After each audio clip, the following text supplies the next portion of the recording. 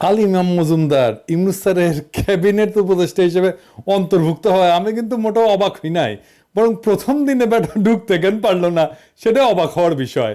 কারণ এই ইন্ডিয়ান ঘটিগুলা গিরগিটির চাইতে অস্বাভাবিক দ্রুততায় রং বদলাইতে পারে।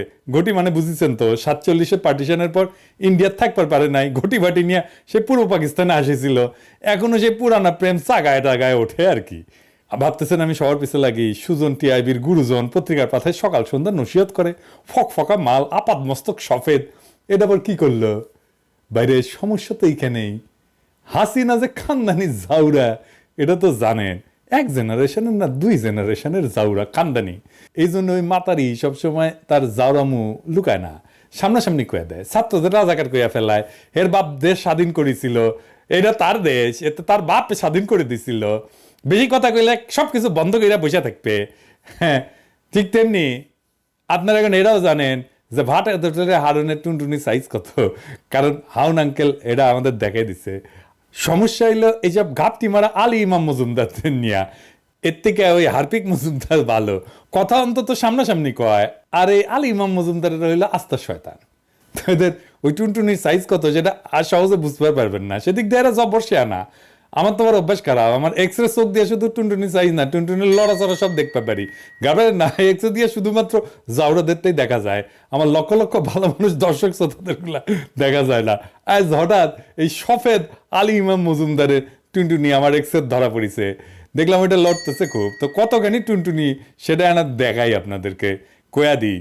কারণ ওর ইতিহাসের পাতা উল্টা উল্টা দেখলাম যে বেডা 111-এর বিশ্ব জাউরা টিমের গোলকিপার ফখরুদ্দিন মঈনুদ্দিন সরকারের সময় একই সাথে ক্যাবিনেট সেক্রেটারি আর প্রধান উপদেষ্টার মুখ্য সচিব ছিল, দুইটা পদ একই সাথে ধরেছিল। দেখেছেন কত কামেল মানুষ, আমলাদের সবচেয়ে বড় দুইটা গুরুত্বপূর্ণ পদ একজন দখল করে ফেলছিল। ভাবতেছিল ওরা বাবার টুনটুনিটা যে কত বড়, আমি দেখা দিতেছে টুনটুনি।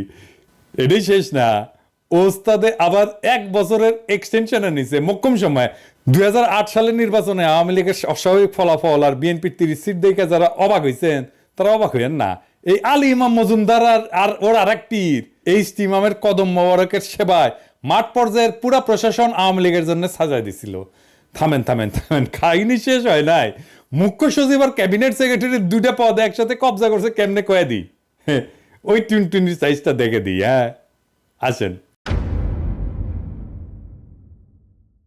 এই আলী ইমাম মজুমদারের গ্রেডেশন লিস্ট আছে, মানে সরকারি চাকরির গ্রেডেশন লিস্ট আছে, মানে পরীক্ষায় আমরা যেমন ফার্স্ট সেকেন্ড হই না উনকা করে গ্রেডেশন লিস্ট থাকে। তো গ্রেডেশন লিস্টে ওর নাম্বার কত ছিল জানেন? 631। তো ওর উপরে ছিল আর একজন ক্যান্ডিডেট যে এটা হইবার পারল নি, 204 নাম্বার, তার নাম ছিল আবুল কাশেম। 205 নম্বরে ছিল হেদায়েতুল ইসলাম। এই দুইজনকে রাষ্ট্রদূত করে পাঠাইছে দুই দেশে, ব্রুনাই আর ফিলিপাইনে। আর 222 নম্বরে ছিল আবু সোলাইমান চৌধুরী, ওদের প্রাইভেটাইজেশন বোর্ডের আঙুল চোষা পদে বদলি করে দিছে। আর এর সাথে আছে ওর আগের ব্যাচের যারা সিনিয়র ছিল তারা যেন পদোন্নতি না পায় এটা বঞ্চিত করার জন্য দুনিয়ার বাইরের পদোন্নতি একটা নীতিমালা বানিয়েছিল। বলছে পদোন্নতি পাইতে সারা জীবনের এসিআরে ভালো নম্বর লাগবে। কারণ ওই শয়তানটা এটা কয়ে দিই, ওই যে এসিআর বার্ষিক গোপনীয় প্রতিবেদন, বুঝছাও, এই সরকারি কর্মচারীদের প্রত্যেকের একটা বার্ষিক গোপনীয় প্রতিবেদন থাকে, ওইখানে মার্কিং করা থাকে যে ক্যাঙ্কা কাজ করিছে, বুঝছাও, ওইটা এখন নম্বর দেওয়া থাকে। আর আগে এটা নম্বর দেওয়া থাকতো না, ABCD করা থাকতো, এখন এটা নম্বর দেওয়া ছিল। তো উই কইছে যে সারা জীবনে প্রমোশন পাইতে হইলে সারা জীবনে এসিআর এর নম্বর লাগবে। ও কিন্তু জানতো যে এর সাথে নম্বর দেওয়া ছিল না, ABCD ছিল।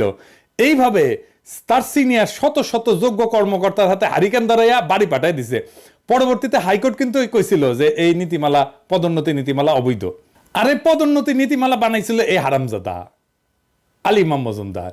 পরে কিন্তু হাইকোর্ট কইছিল যে এই নীতিমালা অবৈধ আর অসৎ উদ্দেশ্যে করা, সেই জন্য বাতিল কইরা পদমর্যাদা ফিরাই দিতে বললেও ক্ষতি যা হওয়ার সেটা তো হয়ে গেছে।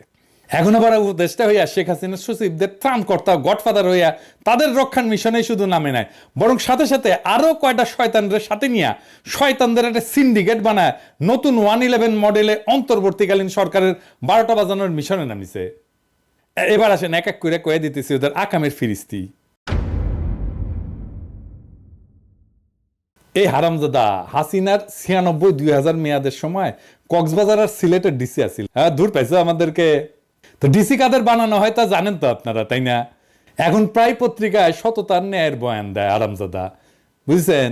কেমন যাওরে ডিসি হয়েছিল, তো ডিসি কাদের বানায়? আমাদের দূর পাঠাইছে। শুনতেছি ইমাম সাহেবের এক মুয়াজ্জিন সোরা নুরুল ইসলাম, যাকে খালেদা জিয়া সরকারের সময় দুর্নীতি আর গুরুত্বপূর্ণ সরকারি নথি ষড়যন্ত্রের নীলনকশায় গোপনে কপি করার জন্য প্রধানমন্ত্রী কার্যালয় থেকে লাথি মেরে বের করে দেওয়া হয়েছিল, তাকে দুদকের চেয়ারম্যান করার পায়তারা করতেছে। কিন্তু এই এখন বানাবে ও। ইমাম সাহেব কইতেছে তার জন্ম নাকি আবার 50 সালে, মনে হয় বয়স চুরি ভালোই শিখেছেন ইমাম সাহেব। আরে কমো, আপনি হাসিনার বানানো সোরা 5টা সচিব একটা সরান নাই, তাদের নিয়ে প্রধান উপদেষ্টার মিটিং মারান, তাই না? লোক দেখানো ইধার কা মাল উধার করে। স্বাস্থ্য মন্ত্রণালয় থেকে প্ল্যানিং কমিশনে দেখায় যে ট্রান্সফার করেছি। হাসিনার ক্যাবিনেট সচিব মাহবুবকে এখনো ওই পদে বহাল রাখিছেন কে? আমরা কি সদনা, আমরা কিছু বুঝি না? এবার প্রফেসর ইউনূসকে কিছু কথা কই আপনার এই মালটা সম্পর্কে। ওরা তো নিছেন উপদেষ্টা বানায়, আপনার উপদেষ্টা হয়েছে, আসে ওর সম্পর্কে জানেন, জানা লাগবি না? স্যার আপনার কলে একটা দুর্নাম আছে, চিটাং হইলে আপনার আর কিছু দেখেন না নাকি? সত্য মিথ্যা জানি না, তো এই জাউরা কলে ঘটি, চট্টগ্রাম না। চট্টগ্রাম বিশ্ববিদ্যালয় থেকে পাশ করা ছাড়া আপনার কাছাকাছি হওয়ার আর কোনো যোগ্যতা নাই। আপনি যে বিশ্ববিদ্যালয়ের শিক্ষক ছিলেন এক সময়, বিশ্বাস করেন স্যার, এই হারামজাদা ঘটি না সরাইলে ও বদমাইশ আপনার 12টা বাজাইতে কোনো আকাম করা বাদ রাখবে না। ওই ইনকায় জাউরা।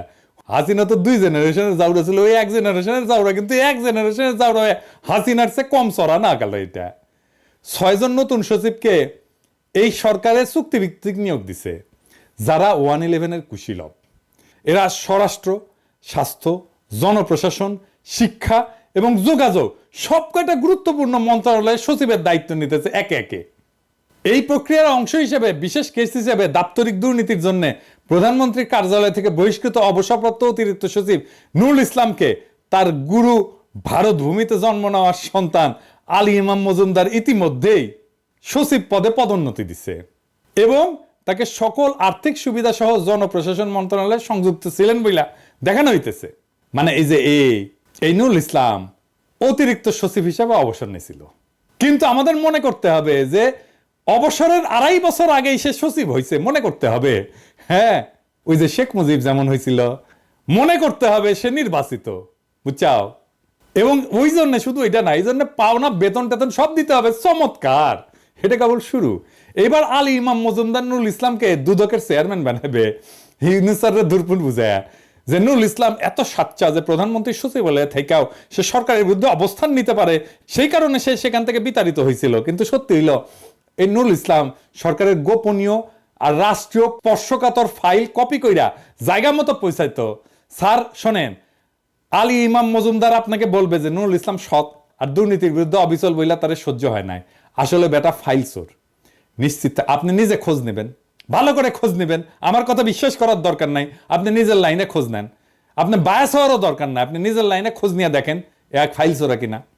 নিশ্চিত থাকেন এই হারামজাদা আপনার বিরুদ্ধে একই কাজ করবে, আর পরিস্থিতি মতো এগুলো আপনার বিরুদ্ধে ব্যবহার করবে। এই আলী ইমাম মজুমদার একবার জানাইছিল স্বাধীনতার ঘোষণাপত্রের মূল কপি নাকি পাওয়া যাচ্ছে না। ওরে জিগান, তুই তো সব সরকারে মধু খাইছিলি, আর তোর দোষ নুরুল ইসলাম তো ফাইল কপির ওস্তাদ, চুরির ওস্তাদ, ওর কাছেই ছিল। স্যার আপনি তো জানেন আমি কারো পক্ষে কথা কই না, একমাত্র বাংলাদেশ ছাড়া, বাংলাদেশের জনগণ ছাড়া।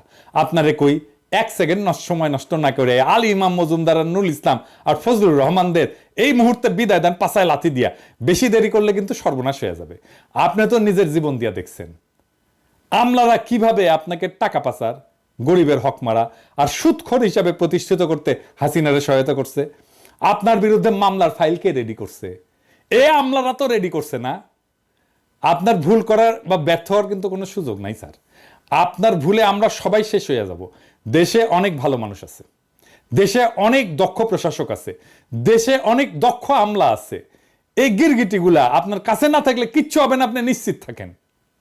এই আলী ইমাম মজুমদার আর নুরুল ইসলামের আধ্যাত্মিক গুরু সাবেক সিএসপি মোহাম্মদ ফজলুর রহমানকে শিষ্য ইমাম ইতিমধ্যে জনতা ব্যাংকের চেয়ারম্যান বানাইছে।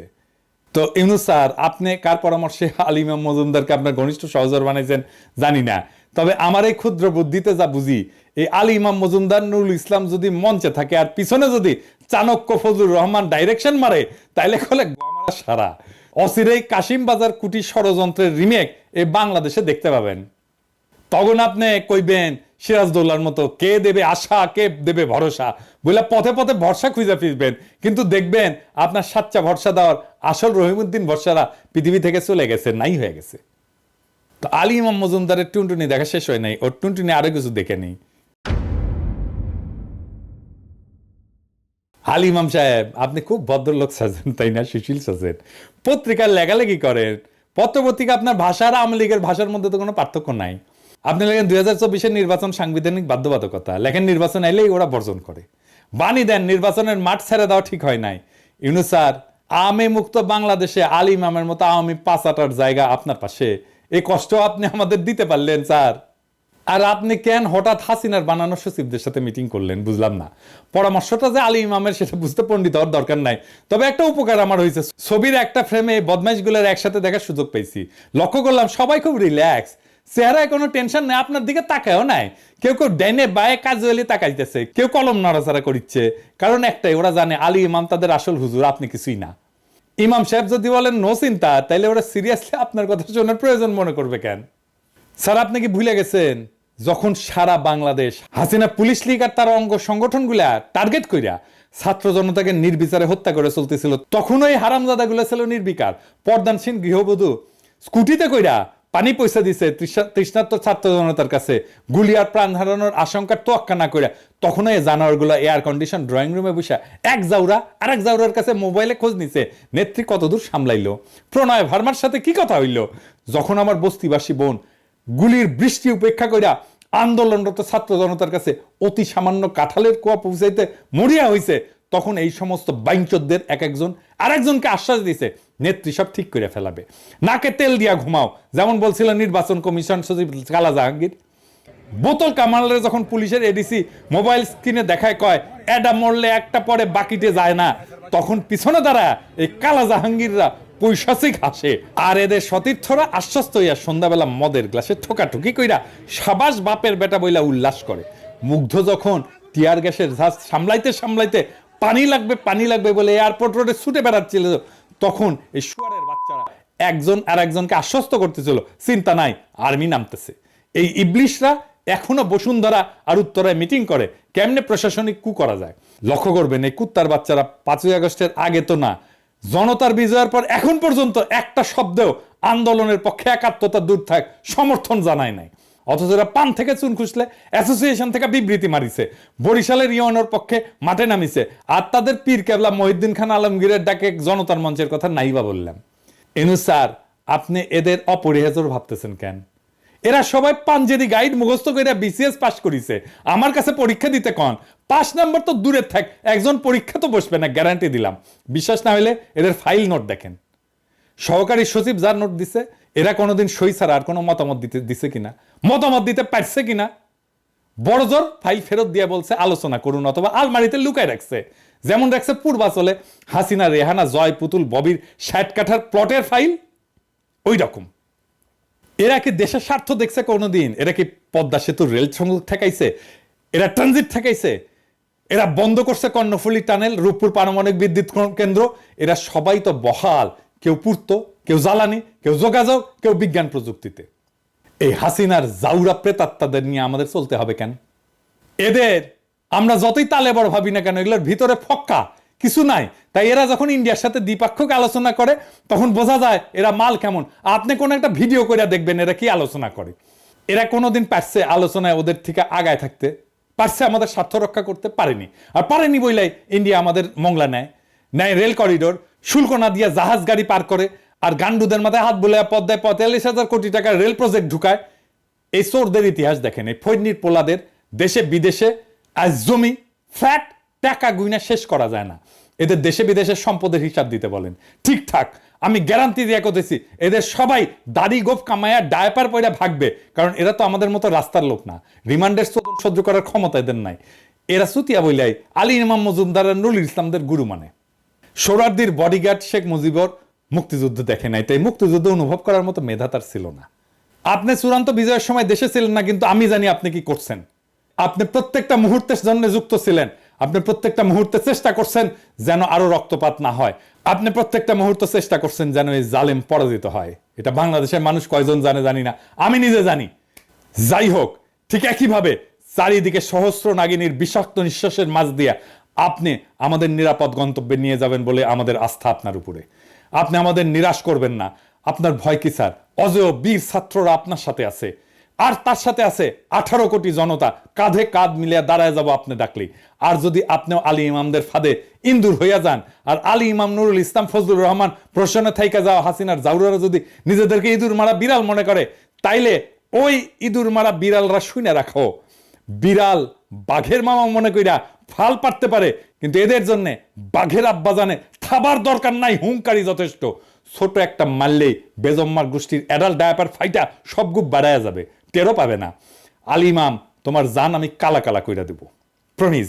নিজে থেকে ভাইগা গেলে ছেড়ে দেব, কিন্তু গার পেলি করলে ইনকা গালি খাবা যে এর চাইতে হোগা গুলিস্তানের কামান নিলে কম কষ্ট হইতো মনে হবে। জানো তো, বাঘে চুলে 18 খা, ঠোলায় চুলে 36 খা, আর পিনাকি চুলে জয় বাংলা।